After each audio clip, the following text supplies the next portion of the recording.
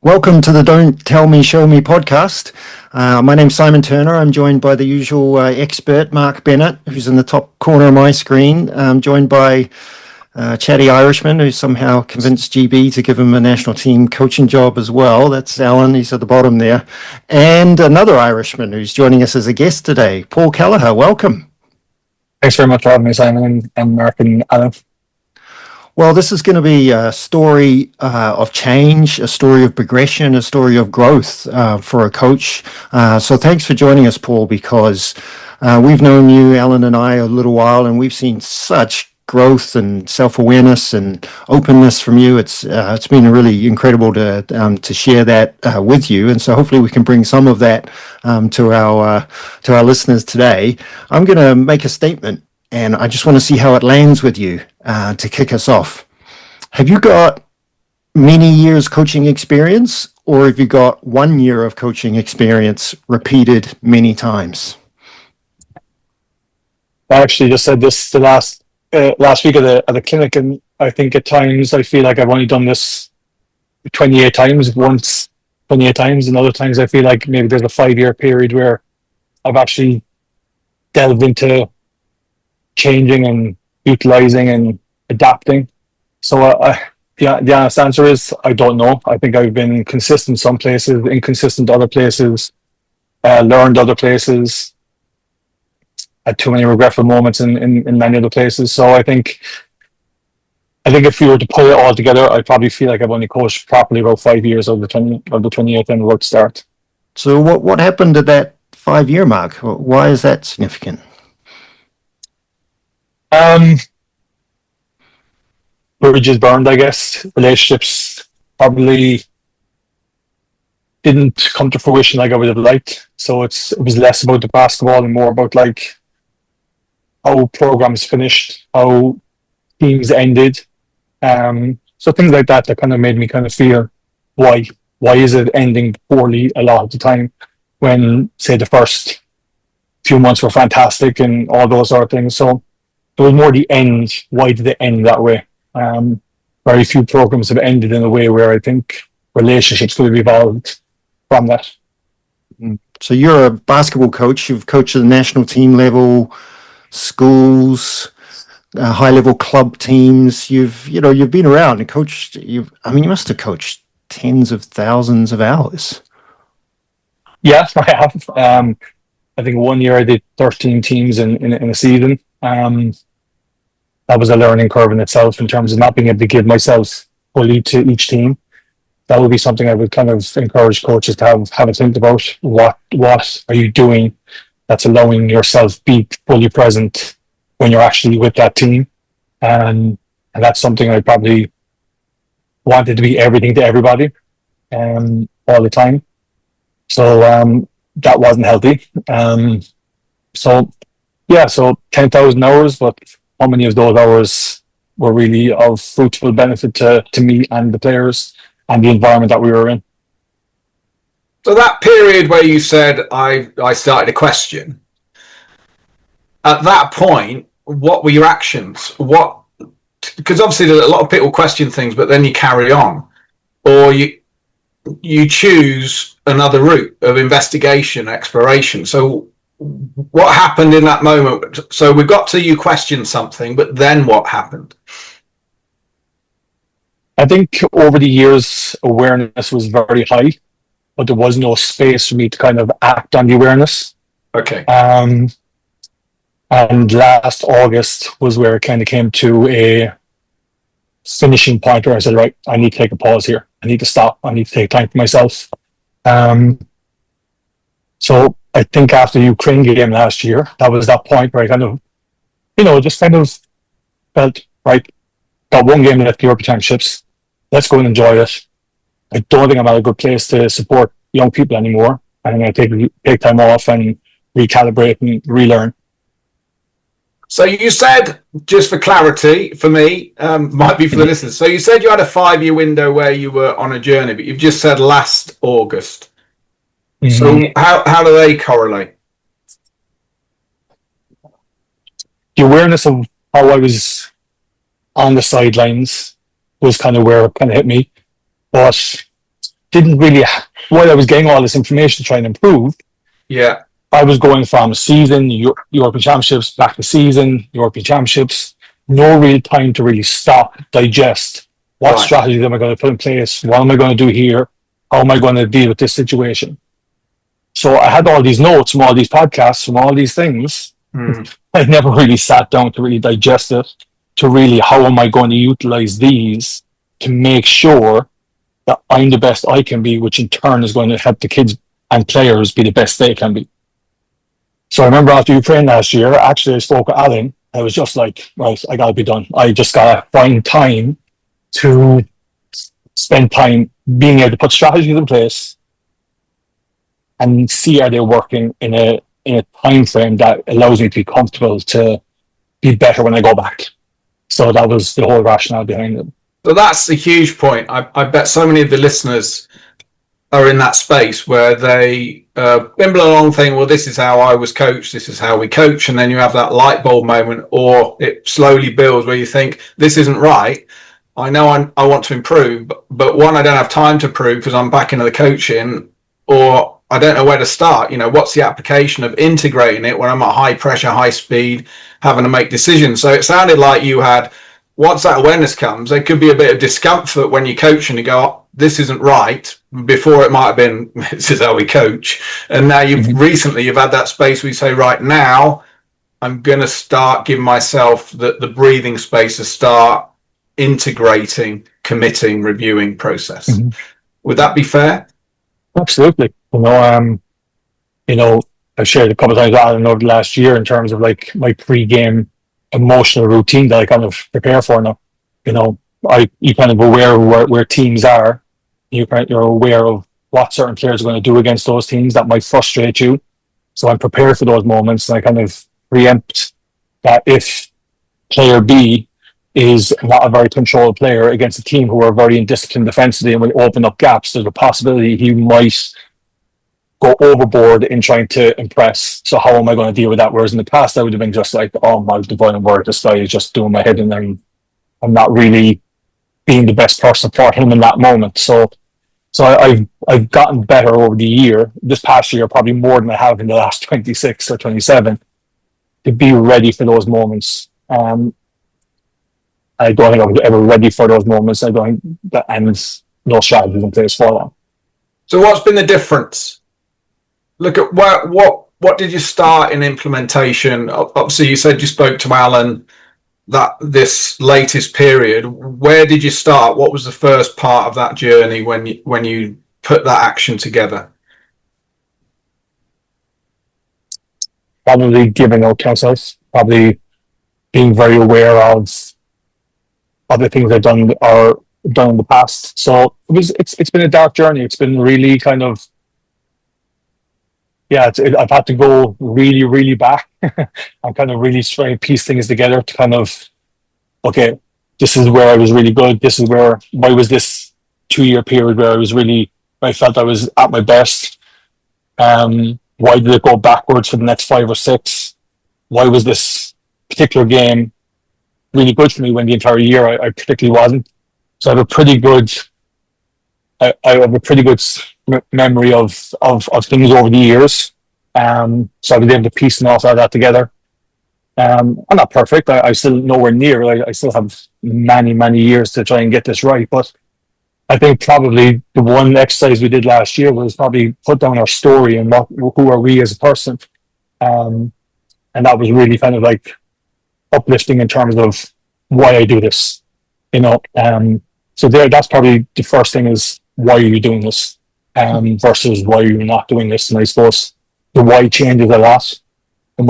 You might have 3 different, like for us in Ireland, you might be coaching 3 or 4 different teams. Why are you coaching each of these teams? And are you comfortable with that why? And are the team able to match up with that why? So for example, this year with our under 14 and 15 team, there's a specific why that we have those 2 teams together. And I'm more than comfortable with that why.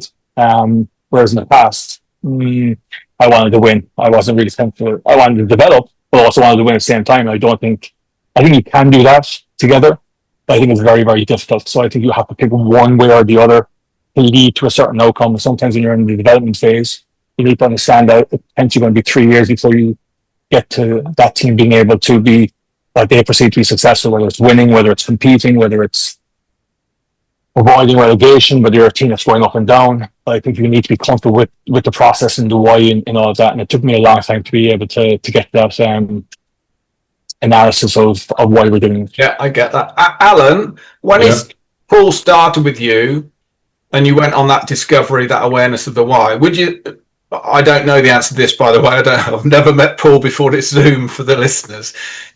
Would you say he was quite accurate, or would you say he was down on himself? Could he highlight where the great was and what was different? No, and Paul won't mind me saying this, I hope, but he wasn't great at acknowledging the stuff he's good at. And I'll say even now, Paul still lacks strength in that space, even as recent as last week.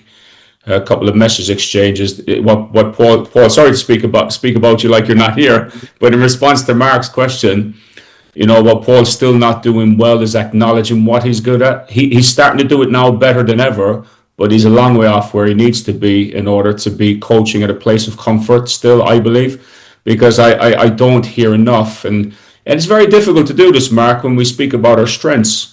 And what I'm trying to reconnect Paul to is not who are you as a coach, but who are you as a person, and let that person shine through in your coaching.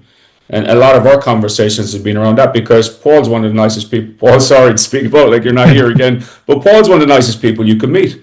Like, he's an incredible family man. He's an unbelievable father. He's a very loyal friend and just a really good-natured person. But for many years, you'd watch Paul coach at the sideline, and it was an unfair representation of who he is as a person. It was actually almost like defamation of character watching him coach, because that's not who he is. So the journey we tried to go on the past year, Mark, was trying to help Paul to reconnect to who he is as a person, and how can you bring that to life through your coaching. And I've seen a shift in the past year. What I'd like to see Paul do more of is acknowledge that to himself. And talk a bit more about his strengths and take a strengths-based approach, and let go of the past. The past is the past. It's about looking forward now, about who you can be as a coach, connecting that to who you are as a person. And there's so many interesting points there. Going back to you, Paul, from what Alan said, is everything Alan said there. It's amazing how many of our athletes are in the same space, isn't it? They fault find. They can never say, well, actually, what did you do well there? Especially if the score line's a loss. And they've got that recency bias. They're not looking at their performances of what they're doing great. But I wonder, Paul, now you're at this space now. Are you looking in the past in a different lens now? Are you seeing things differently in the past in an objective way than you may have before? Maybe using those situations to not do them, but still not happy when I look back. I'd be a very regretful person. I'd be very kind of looking at things and saying, if only. But at the same time, it's one of those things that I kind of utilize. I mean, I shared a story with Alan last week. When Alan and I first coached against each other was in 2013 in Sarajevo, and we were playing England at the time. They weren't GB yet, and we were 46-40 up with 6 minutes to go. And England called a timeout. We came in. We were buzzing, obviously, not expected to be in that situation. And next thing, they go on a little 4-10-0 run. We call a timeout. We're 50-46 down, 48-46 down.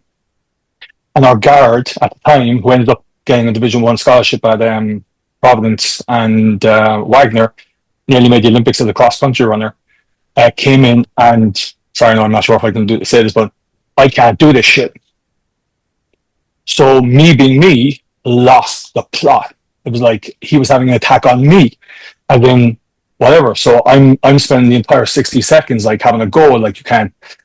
What really was landing was he needed help.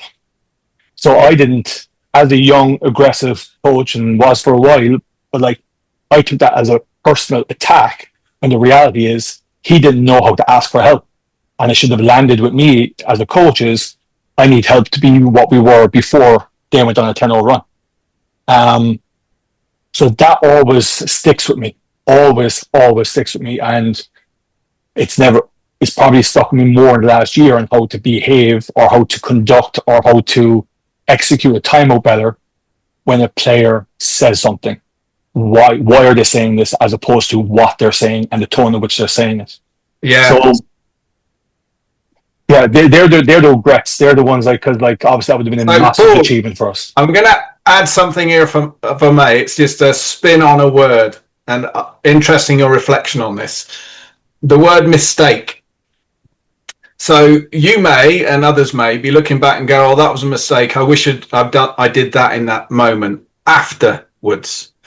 But remember, a mistake is if in the moment you know there's a better way and you don't choose that way.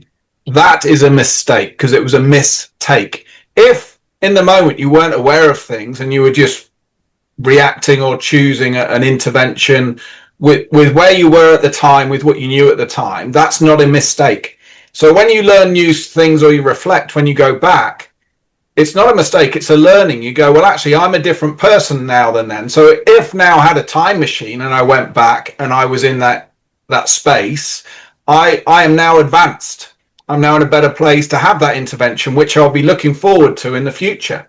But it's that separation of what I know, Alan, we had this in the Euros years ago. Remember that? I don't know if Alan wanted to share this, an impactful moment, but we need every athlete and yourself as an example and coaches to understand there's a difference between a mistake, consciously knowing there is a different choice but not choosing it, and reflecting back in the past with new information, new data, and then recognizing, well, if I was to do that again, I'd do it differently. And that's an important separation. I don't know if you want to share your Yeah, I remember driving down to we came back from the Euros. We were playing Division A at the time, and I remember when I came back from the Euros, I came back with a very heavy heart and a lot of sleepless nights because we got relegated. Basically we played the final game to survive Division A, and we lost the game. And I came back feeling very heavy, and carried a lot of stress with me. Brought it back into the house, brought it into the bed. I couldn't sleep at night. Silliness when I look back now, but not silliness at the time because it was a process I was going through.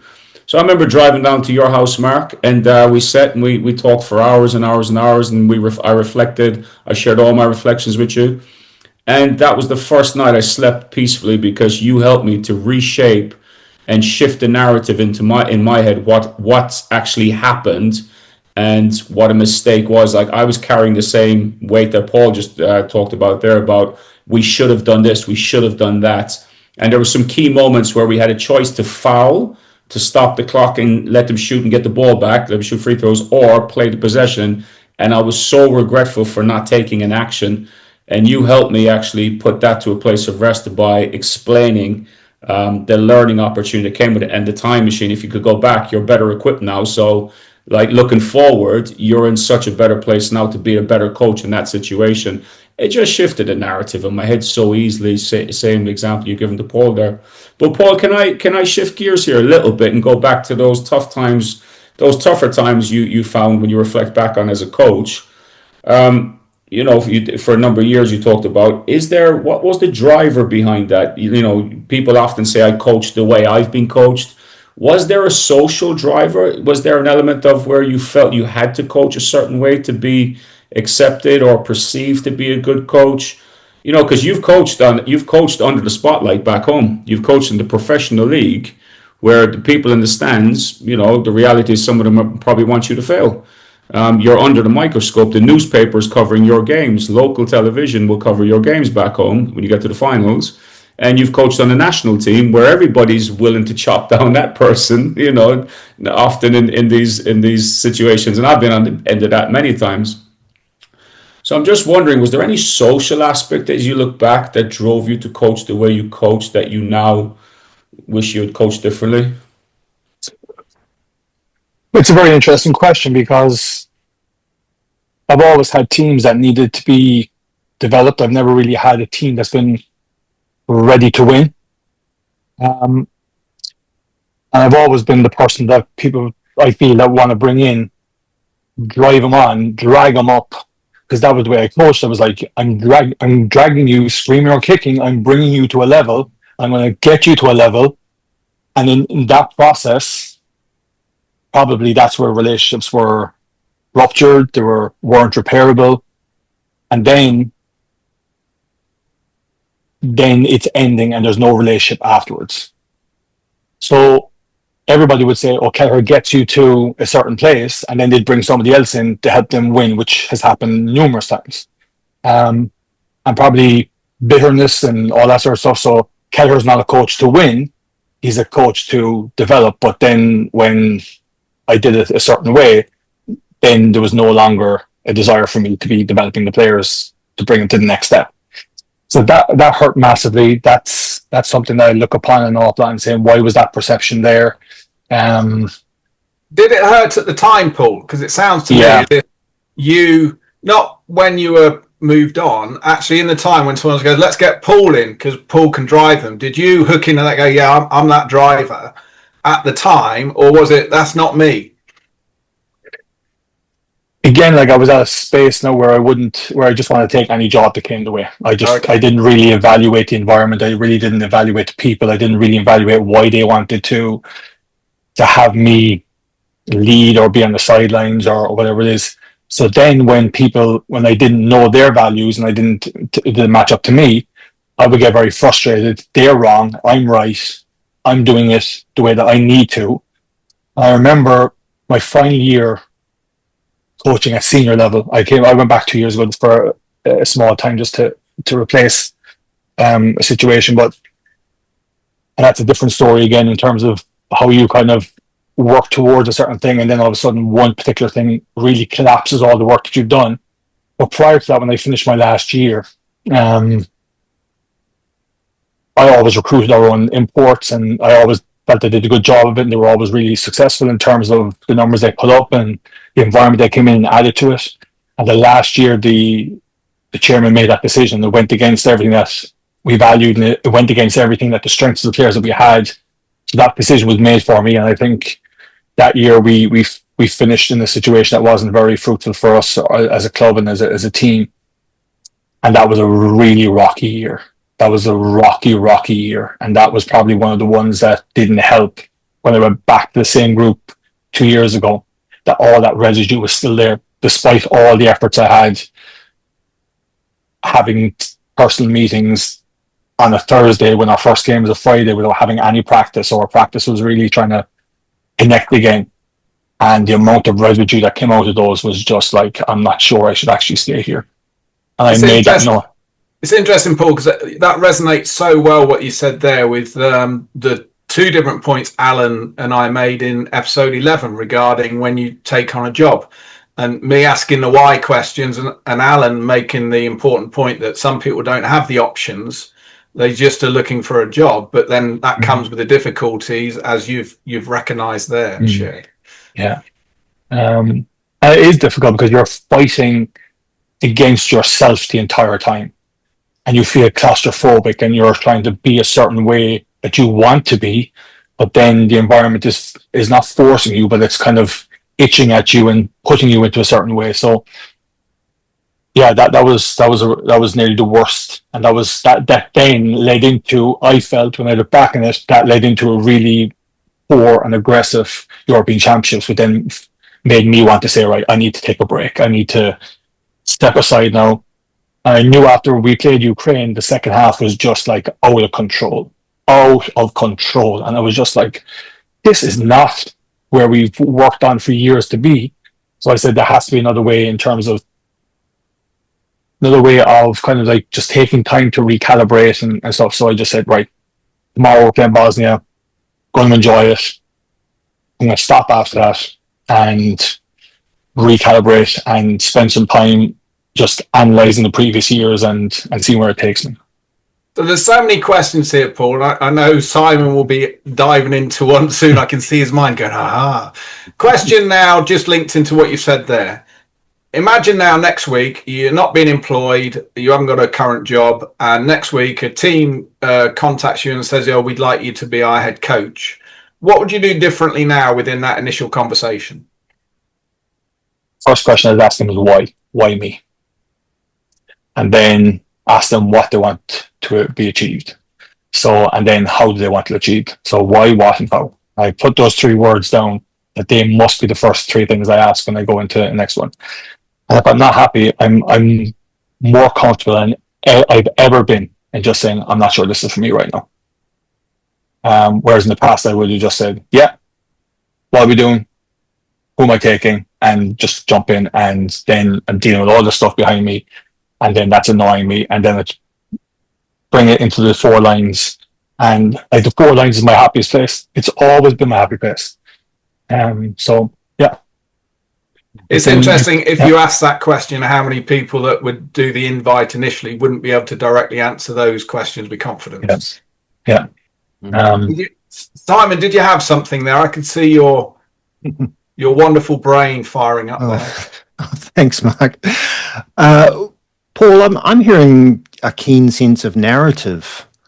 Like you're quite keenly aware of the story of your coaching career, how that story might be interpreted by others, the stories other people might be telling about you. And then you mentioned earlier that you went through a process in the last year or so about trying to proactively rewrite that story. And Alan and I were involved a little bit in that, just with some prompts. But I'd be really interested. Can you unpack that? Because for the coaches listening, I wonder if many of the coaches out there aren't actually really aware of the stories they're telling themselves about me as a coach and about my coaching journey, which so often we just kind of trucking through, and it's session after session, it's game after game, and there isn't that time to reflect. But we're all telling ourselves a story of who I am in this kind of social context. And you've really proactively gone through that process and tried to write a more empowering story for yourself. Can you unpack that for us? I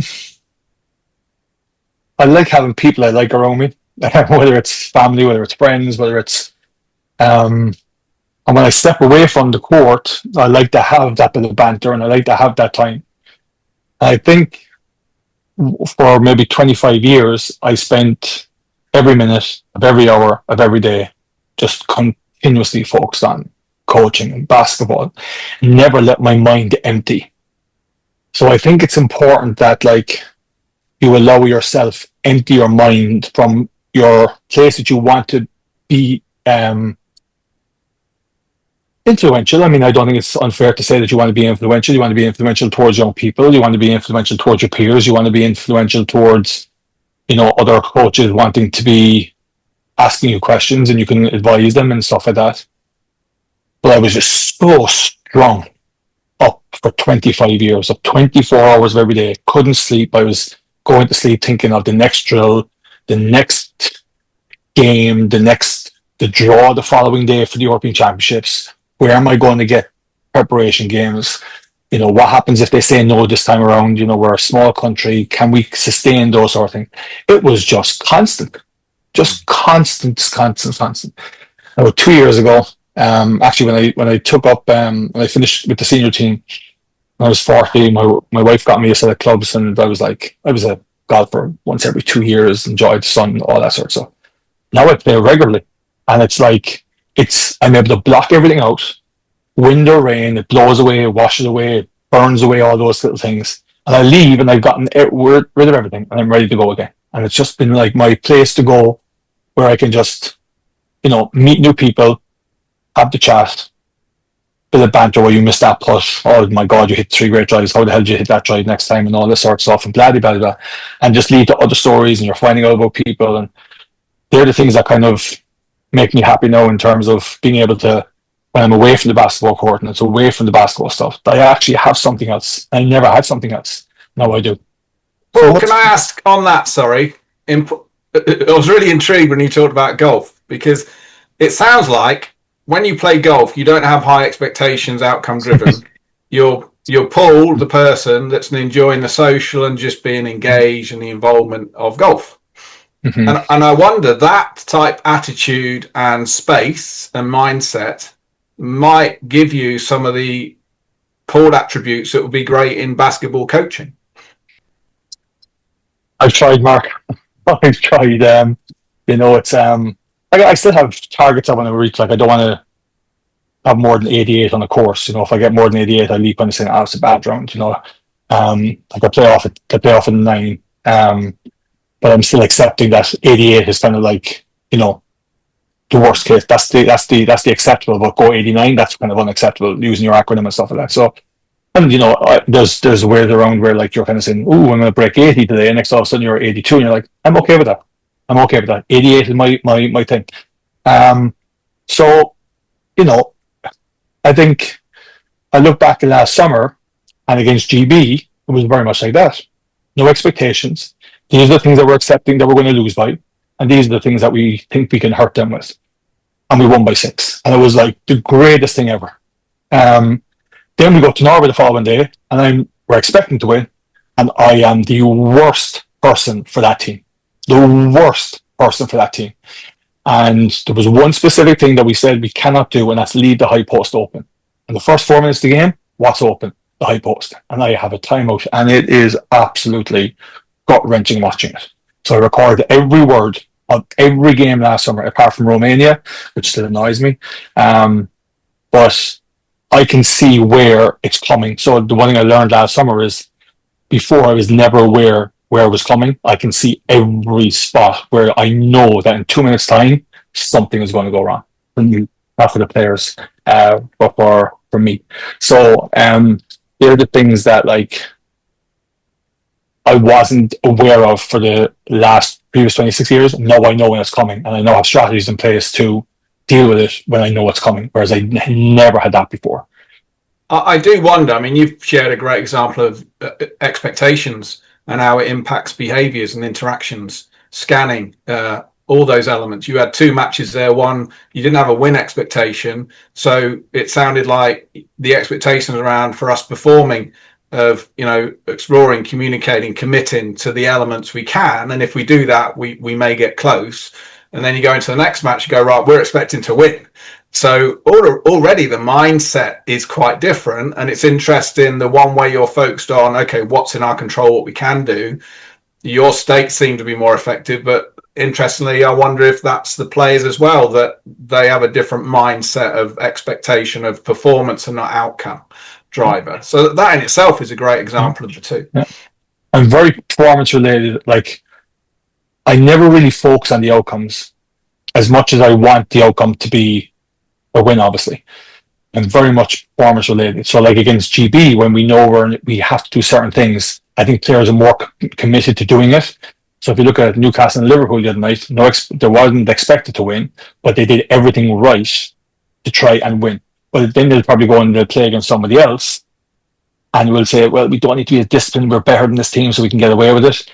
And that drive, that's what triggers me from a player perspective, is that we start cheating the process. So that's something I struggle with all the time, is when we were very clear in our performance processes, when we stay away from those, that triggers me. So I've gotten better at kind of right saying, okay, why are we not doing this?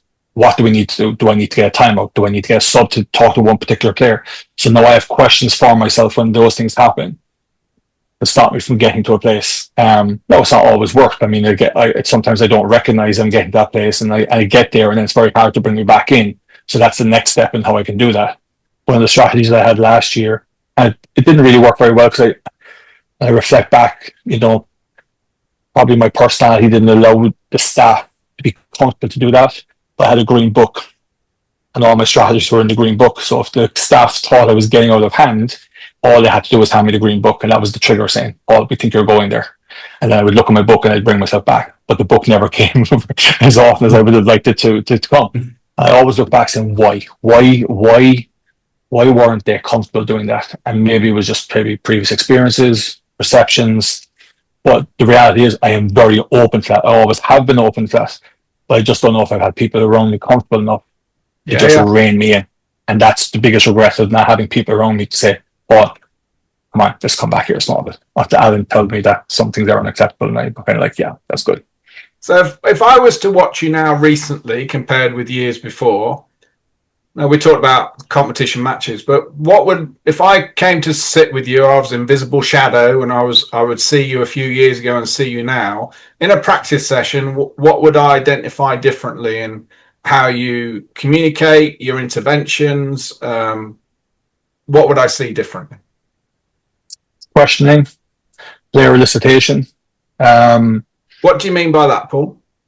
Getting them to elicit the information, like asking me questions. So like, The one thing I find is unacceptable is if I say, does everybody know what we're doing? And everybody says yes. And then we screw up within like 5 seconds. To me, there's something there as to why that they're not comfortable doing it. Now, I could show you reams of video where like players are very comfortable talking to me and very comfortable doing those sort of things, but maybe in certain environments they're not comfortable doing that. So I know I'm evaluating that. What sort of environment are they able to do that? Why aren't they able to do that? So like, but I think if you come to a practice now, it's very much. I don't think it's fully player led, and I don't think it's fully coached. I think there's somewhere in between, depending on where we are right now. So like right now, we have 14s and 15s coming off of summer, no real structure. They're loose. They haven't been back to school yet. They're coming back maybe today or tomorrow or yesterday. So no, their listening skills aren't the best. So right now I'm very deliberate. But that will loosen over the next 2 weeks. So I'm way more intentional now as to why I'm doing certain things. So I think one thing I said to Alan after our senior men's game a few weeks ago is I'm very much more able to understand the time we have to do something and the intentionality around the time and where we are. Whereas in the past, it was just like offload, get as much done, much as you can. And that leads to me being frustrated that they can't do it. And then frustrated with me that we're not at the level that they feel they should be at. So I think I'm way more aware of the time that we have to do things and the intentionality around what we're trying to do in that time. And what would the athletes and your support staff say they're noticing different in you? Still maybe a little bit high strung from time to time. Maybe not as comfortable yet of like we have a plan. The plan doesn't always have to be the plan, but there are always one or two things I'm saying this has to be done, but everything else is fluid. And if there are one or two things that we should be good at, we're not very good at right now, that's probably where then I can say, oh, we're not where we are supposed to be, and I kind of lose myself for a bit of time, and then I bring myself back. But I still lose myself. There's no doubt about that. But not nowhere near as aggressive as I used to be. Nowhere near as aggressive as I used to be. So there's an awareness in the moment of what you're doing, the decisions you're making, that conscious. How good are you now at being aware if you start sensing I'm now getting frustrated, or actually I'm going in to tell too much now? How's that awareness in the moment now? Definitely the awareness of where I'm getting frustrated, the shoulders, the side of the head, all starts clenching. So I'll close the mouth and I'll take a deep breath through the nose. That's another sign that I'm on the path of being overly frustrated. So there's 3 clear signs that I've been very much aware of now, and I know. So I'll take a step back. I'll bring myself outside the 4 lines. I'll take a deep breath. I'll scan the floor. Who's leading? Who's not leading? Can I lean on them? Can I not lean on them? Because even at 14 years old, there's kids you can lean on. Absolutely, there's kids that you can lean on. And just saying, right, what do you want to do now? Or can we do the 11-man drill? Or can we play our switching game? Or can we do this? And like, okay, that might be a good moment now for them to kind of. There's too much information overload. They want a bit of fun in their practices, things like that. So I'm very much better at being able to lean on people than I ever was before, which was always a flaw of mine. Alan, your thoughts?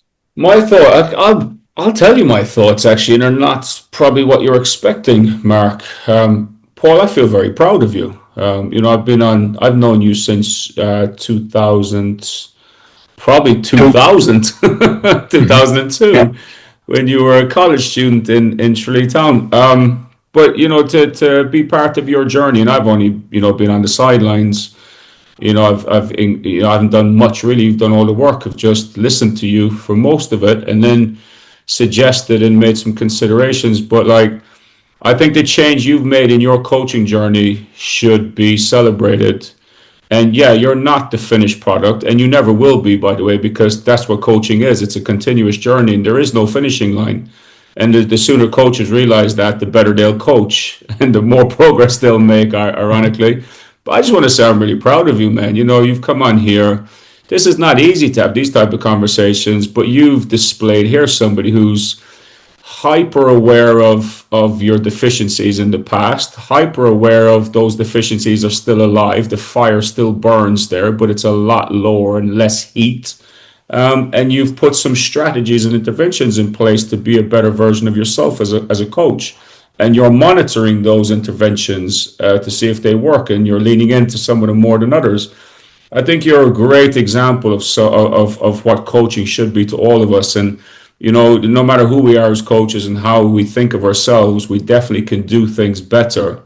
And then the last thing I want to say is, it's not vulnerability, because I think that word is used incorrectly. Vulnerability generally has to do with safety. If I'm afraid of dogs and I walk around the corner and there's a pack of dogs, I'll feel vulnerable. That's fear. I don't want to use the word vulnerability. I can't place the word I'm thinking of now, really. But I think you've exhibited bravery, maybe, or a willingness, courage. Thank you, Mark. Thank you. Absolutely, courage.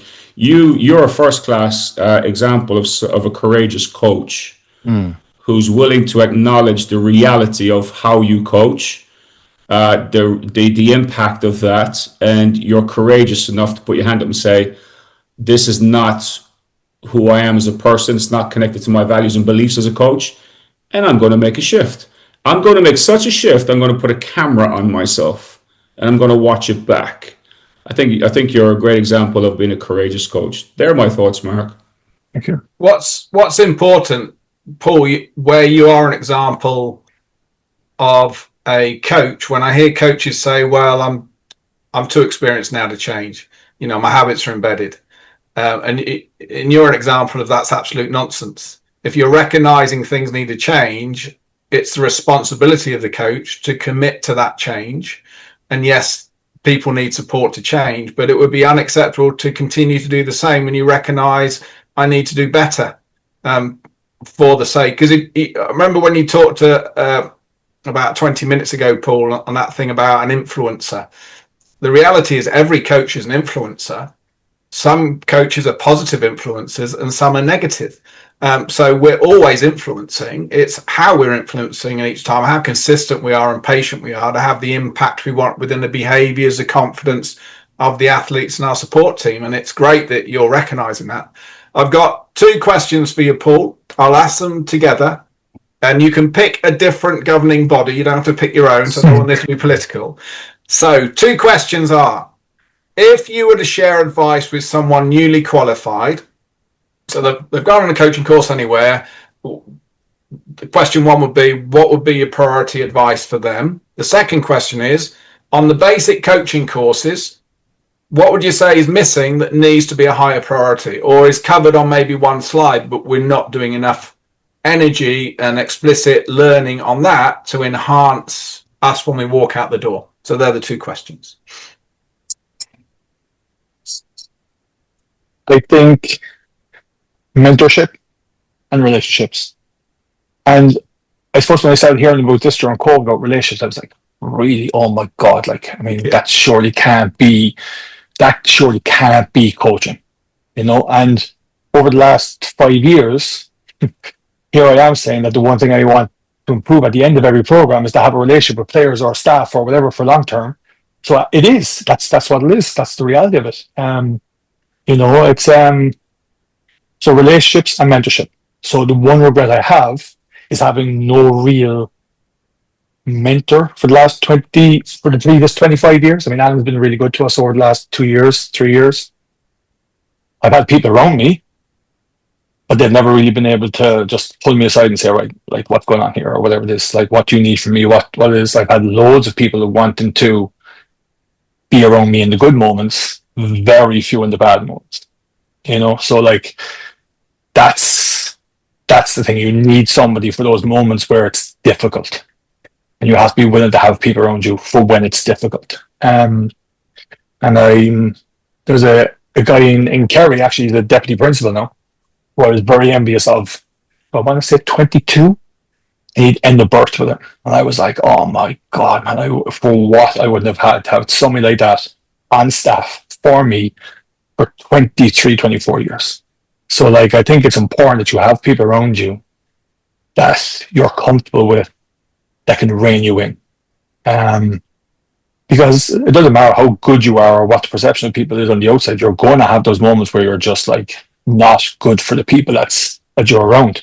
in 2013, like, I mean, I was a bit of a group, a very talented group, and a lot of them actually have gone to be Division 1 players, senior internationals, other sports high level, all Ireland football players. And I look back and I'm like, I was the worst coach for that team. I mean, the worst coach for that team. They hated each other. I hated everything that they were with their relationships. So all I was doing was hopping off them. So it was probably one of the worst years that we had. And probably one of the, if not the most talented team that we've had. So I'm like, somebody I should have coached that team, and it's so I think understanding who you are and can you benefit that group. So understanding the relationships and then can you be mentored. And if it was those two things, the X's and O's will come. They'll come, and you know what I mean? On the coaching course, Paul, what do you think we don't do enough of on the basic coaching courses? How to recognize the needs of players. We kind of identify, we have to use small sided games, or we have to use CLA, or we have to use player led, but do we really delve into it? Do we really delve into what those needs are? Because I'm at a point right now where I think we've gone too much to the extreme of SSG and CLA. I've had this conversation with Alan.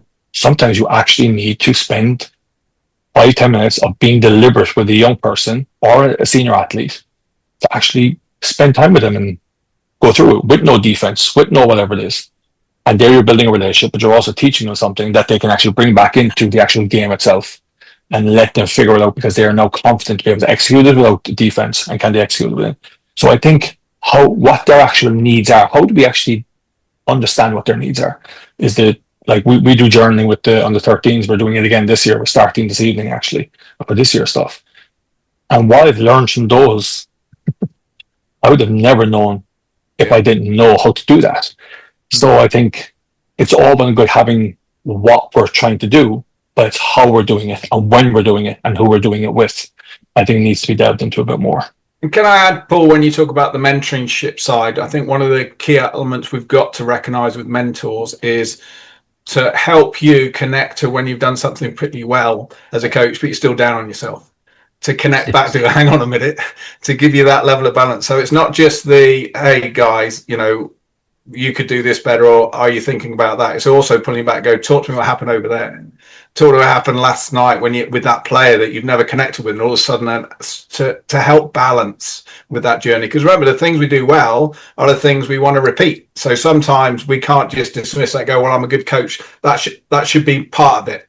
Let me spend all my sleepless nights on this thing I wasn't happy with. We need to spend energy and time on the things that we're doing well, because how can we repeat that? I think that's important balance. No, they're good answers there, Paul. Thank you. Paul, as we start to draw this conversation to a close, I'm hearing you having some almost painful self-awareness about who you've been in the past as a coach. But you've also, as Alan and Mark have pointed out, you're showing real courage and even being able to articulate that, and you've made some real positive changes. So a question for you and for those listening, I think they could do this thought exercise as well. Who are you when you're at your best? So if I walked into a training session or a game tomorrow and Coach Paul was there and you were just on fire, you were just, for whatever reason, the sun was shining outside, your dog's happy, you've had a good coffee and you're just coaching at your absolute best. What would I see, and who would you be in those moments? People will probably not realize this, but I use an awful lot of humor. I'm actually quite humorous when I'm in that kind of place. Storytelling, loose, probably walk around connecting with players, having a bit of banter. And just kind of like when I'm in that place, like I demonstrate an awful lot, and I know when I know like I can shoot the ball really well in that particular moment, like I make crazy shots, and the players are like, oh yeah, go do it when I'm guarding. I'm like, all right, come on, let's go, and all this sort of stuff. And so like I'm quite aloof and I'm quite goofy when I'm in that place, and they're the kind of places where like yeah, you just wish you had them all the time rather than kind of some of the regretful moments that you've had, you know. I think the challenge there is the mindset, though. Like, because obviously, when you're coaching national team or pro level coaching, like there is a time and a place to be goofy with the players and stuff. But like in the midst of a practice session, training session, in the midst of a game, that cool head you have in those moments, like holding on to that in the competitive moments as well. And it's around the sound mind and the calmness within your tension within your body. Like you talked about your shoulders tensing up, neck going to your head going to one side, neck tensing up. But in those moments, you're not feeling tension in your body. But how can you carry that over into the competitive moments where, you've got a cooler approach? Probably, we played a prep tournament in Portugal in, I want to say 23, and the boys had been on like a really intense practice regime, and we played a couple of games already in Portugal, and they were tired, and we weren't playing this game until like maybe 6 or 7 o'clock in the evening. So I said, right, practice it off. We're going to go down to Porto. 14-kilometer train journey. We went down, and I had food poisoning. I didn't feel well at all, and I got to Porto, and the boys went and got something to eat, and I was on the pier, and I was just trying to gather myself, and went back up on the train with the players around 2, maybe 3 o'clock, and I vomited on the train, and I was just all over the place. Got back to the room, slept, and we were playing at 6, and I'm like, oh my God, I don't know if I can push this game. So they were all slagging me, and I was taking a bit of banter and stuff like that. But I got to the game 5 minutes before tip-off. So I went back to the room, and I walked down. The assistants got the team ready and got to have the team talk and all that sort of stuff. And I just came in, just had the last 30 seconds. And to this day, it was probably the best I coached. I sat there and said nothing. I had no energy to do anything. And trusted what we had taught the players. And they were absolutely outstanding. I mean, we'd lost to Portugal the day before by like 30. I think we lost again by 4. The second game. But I came away saying, I need to trust what we do on the practice floor more and stop trying to influence the game from the sideline and utilize our timeouts and their interactions just to see where we're at and what adjustments we need to make rather than trying to force them to do things. So that was a learning moment. But then again, no awareness time, or aware of it, but no application time to change until this past year. And I look back at that as a significant moment of trying to achieve that moment again as a coach, where I'm comfortable having done the work on the practice floor and trusting them to implement it on the floor. And that's where I'm trying to get to as to be the best person or the best coach that I am to answer Simon's question, I suppose. Well, thanks for that, Paul. I'll just invite Mark and then Alan to just share some final reflections, and then we'll come back to you, Paul. Your reflections are on mute at the moment, Mark. The dog must have been barking. I'm muted because of the dog was about to bark. I have a package waiting and just checks it. Yeah, obviously I've never met you before, Paul, so it's only been on this Zoom, but the trend I'm still sensing is, and if I could share my perception of a work on for you, is look at the past as the old Paul that was not as informed as a new Paul, and almost look at it as if you're looking and advising someone else and not yourself. What words of advice would you give someone else if they were hanging on to the past and getting frustrated to things when now they're in a different person, different space? They're unlocking their true selves with some added tools of texture, of awareness, of decision. I think that in itself is just going to be so much more refreshing for you.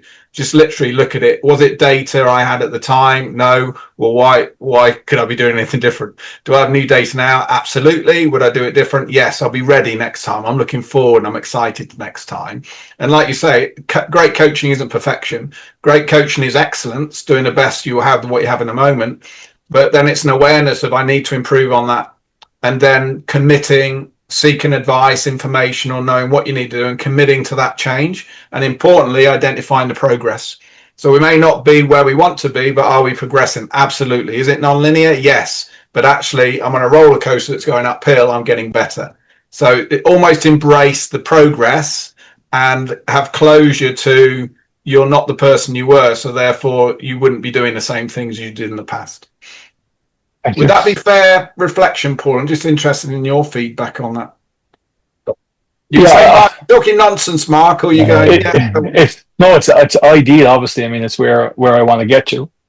But I'm always kind of looking back on what I did to see if I improved on it. And sometimes when I go back, then it just brings me back into a place. So I need to maybe utilize that strategy to kind of stay away from those things. But yeah. Well, let's name it, Paul. Give this a go. It may not work, but when you look back, that's Paul 1.0, and where you are now is Paul 2.0. So you've done a clear separation of Paul 1.0 when you're reflecting on Paul 2.0. So you can go, hang on, am I looking now? What would I do? Or am I looking then? So accepting then, but embracing now. Yep. Thank you. Alan? I think just I think it's going to be interesting for the future, Paul. You're definitely in a healthier space than you've ever been in. I'm really interested to, continue to, support your journey or observe your journey from afar, particularly when you move one seat over again or move one seat up in terms of level of expectation, importance, and things, i.e. get back into that pro coach's, head coach's seat if you do it at some point, and then get back into the national team head coach's seat if you do it at some point. And I think you're better prepared for it for sure. But I would, if that time comes again, I think you'll need to reset and manage expectations, because I think that's when you'll really be challenged on your growth and your progress. Because at the moment you're coaching under 14s and you've done an amazing job last year, but actually where you suffered the most as a coach, I'm really intrigued what it'll be like when you go back to those spaces. And then that'll be a true marker of where your growth has taken place, I feel. And I've no doubt you'll do an amazing job, but also I've no doubt you'll get it wrong at times. And that needs definition, because is that wrong? Just like Mark repackaged and changed the narrative of what a mistake is. Again, identifying those moments and being able to pivot and change before the blow up happens. So I'm really excited to see, if you go back to that space, what the new learning taking place, what that will look like. Paul, for the coaches listening, if you could share one moment of wisdom, one nugget, one thing you'd like them to take away from your story, what would it be? Know your why so you can enjoy it. I think if you don't enjoy it, it's going to absolutely destroy you. So I think you have to find why you're doing it, and are you going to enjoy doing it because of that why? That's probably it, really. I think it'll help you be emotionally more invested in yourself and be in a better place to support the people that you're actually leading and influencing and guiding. Well, thanks for joining us, Paul. You've shown real strength and courage, like we described earlier. So, we really appreciate that. As I was listening before, I scribbled down one of my favorite quotes, because I was reminded of it from some of your reflections. It's Brene Brown. She says, I'm not here to get it right.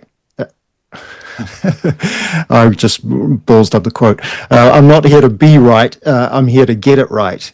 And that sounds like the kind of mindset that you're in now, recognizing that we can't be right all the time. And if we try for that, we're just going to trip ourselves up. But if we're here to get it right, if we're here to invest in the process and keep getting better as coaches, then we've got a real chance to make the kind of impact and have the kind of influence that you were describing earlier.